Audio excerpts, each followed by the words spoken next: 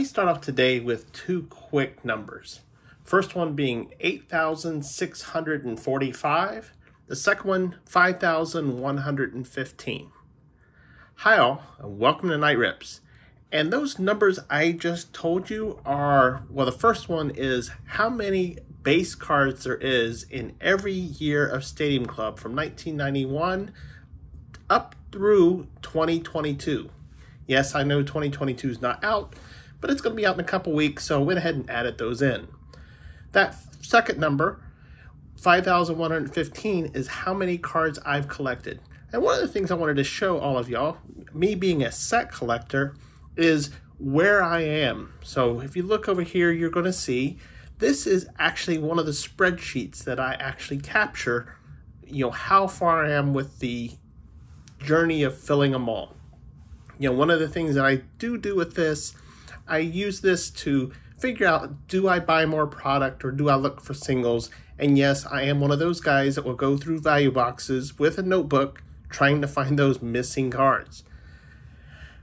So, as you can see, one of the first block, ignored 1993, there's only a few cards I've got to get there. I am going to go on eBay or COMC, I will find those. But the next one you see is 1995 Series 2. I am missing 14 cards. And of course, I still have 6 packs of that 1995 Series 2 to rip. So we're going to rip those. Fingers crossed we're going to actually pull those 14 cards, but we're going to just see what we find anyways, because this is such a fun rip. And I am starting to get, well, into the mid-90s, moving into the later 90s, really falling out of the junk wax era. So it makes it harder to find cards. They are more expensive, but we're going to do our best. So let's go ahead and zoom in. And before I rip, invite you to join this journey with me by hitting the subscribe button. Also the notify bell so you get notified when I put stuff up and what I do. So 6 packs. Fingers crossed there's 14 cards in here that are missing. Hopefully all 14 are in these 6. I don't know, but we're going to go through them and love them nonetheless. Stadium Club is my favorite just because I love what they do with the photography of this. And just a fun product. So let's go ahead and spin around so I don't have to spin them that much. And of course, we'll start off with Albert Bell. I'm going to enjoy this last. This will be probably the last time I ever opened 95 Series 2. Jeff King. A nice Bobby Witt. Daddy of Bobby Witt Jr., who was a rookie this year. Shane Mack. And Jeff Montgomery. Just gonna, won't call them all off. Because why? We'll talk about, this is a fun product, and it was a product that I did get at, it's Berga, I did get at the National. And honestly, I will tell you that one of the reasons I do keep that spreadsheet that I pulled up, should be a Shane Mack Virtual Reality, and it is. And that should be, I'm going to remember his name when it's all over. Oh no, that's Berga. Who is that? That would be Jose Valentin. My bad. And there's Greg Vaughn. It's hard to remember them without their uniforms on. I guess I could have looked in the corner and seen what team they were on. But what I do is, as you see, the reason I keep that spreadsheet like I do, and again, I do keep a notebook of all the missing cards down to the number. But what I do is I use that, basically I use that set, or those calculations to determine, is it worth my time to buy a box, or is it just cheaper to buy individuals? When I looked at that 1993, where I only have, like 9 cards left, and most of the time I can get 9 cards, roughly $1 a piece or so. And if I can get them that cheap, a 1993 Series 2 box runs you roughly $20, $25. So it's cheaper for me to actually get the individuals than it would be to get the box itself. And so that's why I do what I do. Nice Cecil Fielder there. And Tim Raines stretched out. Of course, that is definitely a posed photo. Even though he wasn't looking at the camera, I will give him credit for that. This should be a Bobby Jones virtual reality. And nice Jeff Bagwell, and he is a leader for, what is he? I'm trying to read. It's a very, very hard. He's an MVP. Good Lord, I can barely tell. Huh. Okay. Whatever. Sometimes they are very difficult, especially that gold print. And because I have to hold them so far away so I can actually get them on camera. But I will tell you, even with my old eyes, reading those even up close may be difficult. But getting back to it, yes, I do calculations every time. I try to figure out, is it worth it to buy a box, or should I just go ahead and buy individual? And there has been, 91 I completed it individually.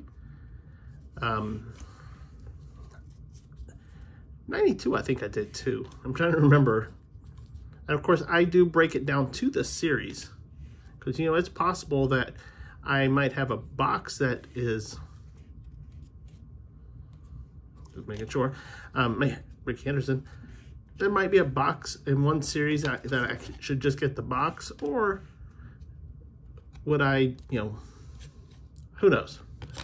It's a calculation I do every time, and I figured out basically how much it costs. Wilson Alvarez and Lenny Dykstra.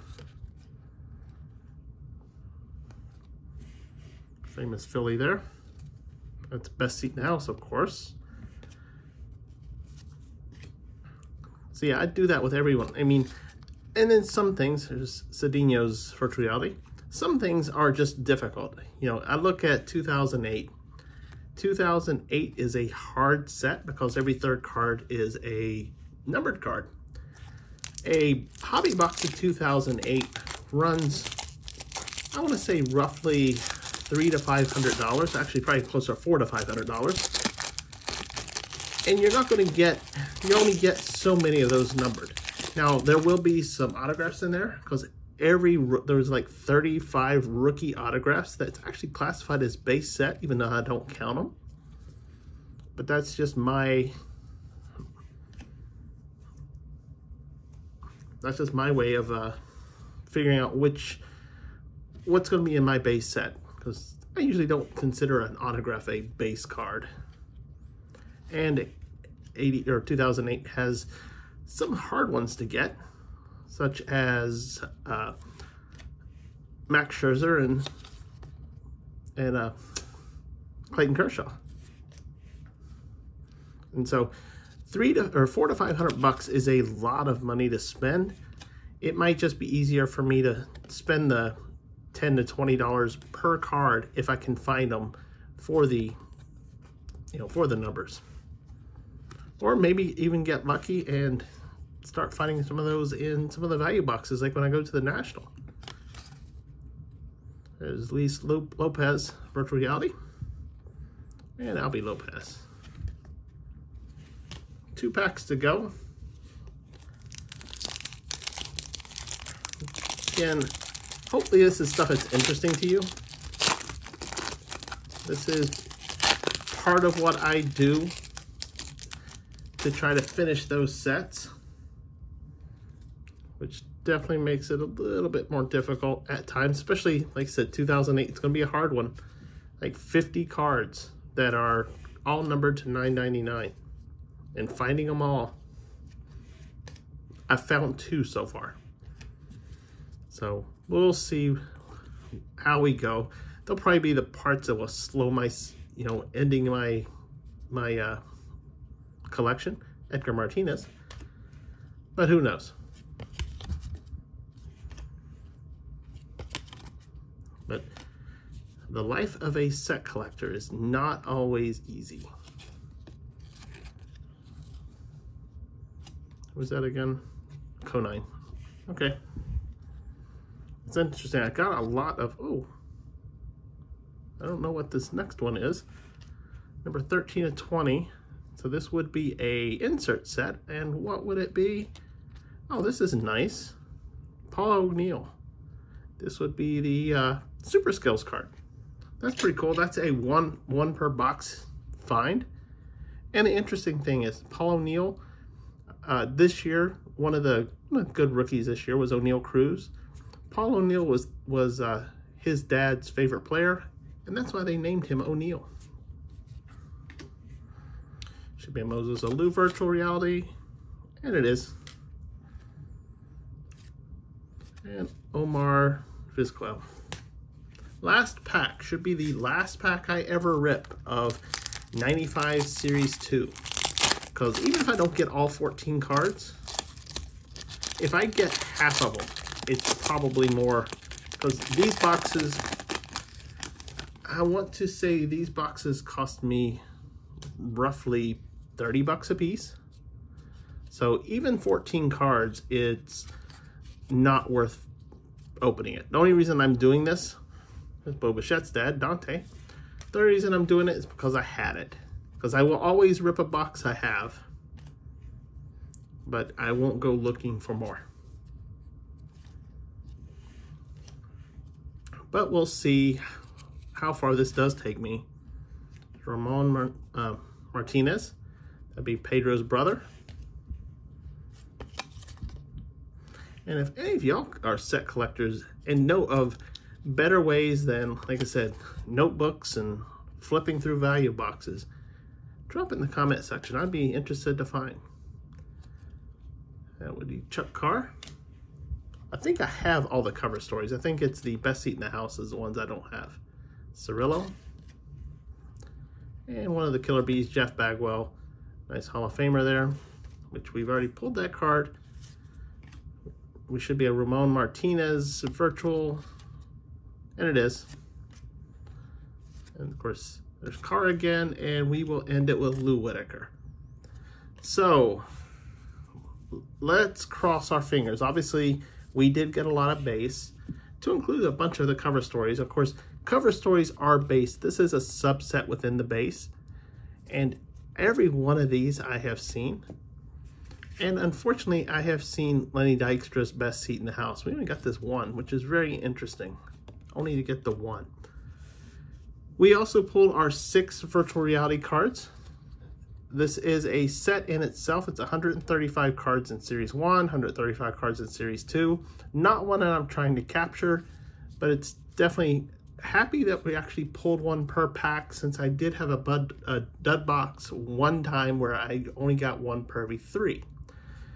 But the one thing that actually is pretty cool, this is one of the Super Skills cards, and this is a 1 out of every 24 packs, or basically 1 out of every box.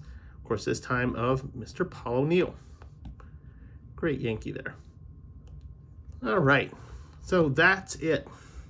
So fingers crossed I will finish my Series 95 Series 2, and that I will be able to say in the description, yes, it is done. But all it's going to do is it will make another line go to 100%, turn green, and lets me focus on other things. If not, again, time to go check out eBay and COMC and whatever, and go find those few cards that I'm missing. So I hope you enjoy coming on this journey with me. Enjoy this life of a set collector, especially a set collector looking for things that, well, they're not quite 30 years old, but they are over 20. Definitely not always an easy go. We will see a lot of base, but that's just the name of the game. So if you do enjoy this, go ahead and hit that subscribe button and hit the notify bell. Love to know, have you see what I put up when I put it up.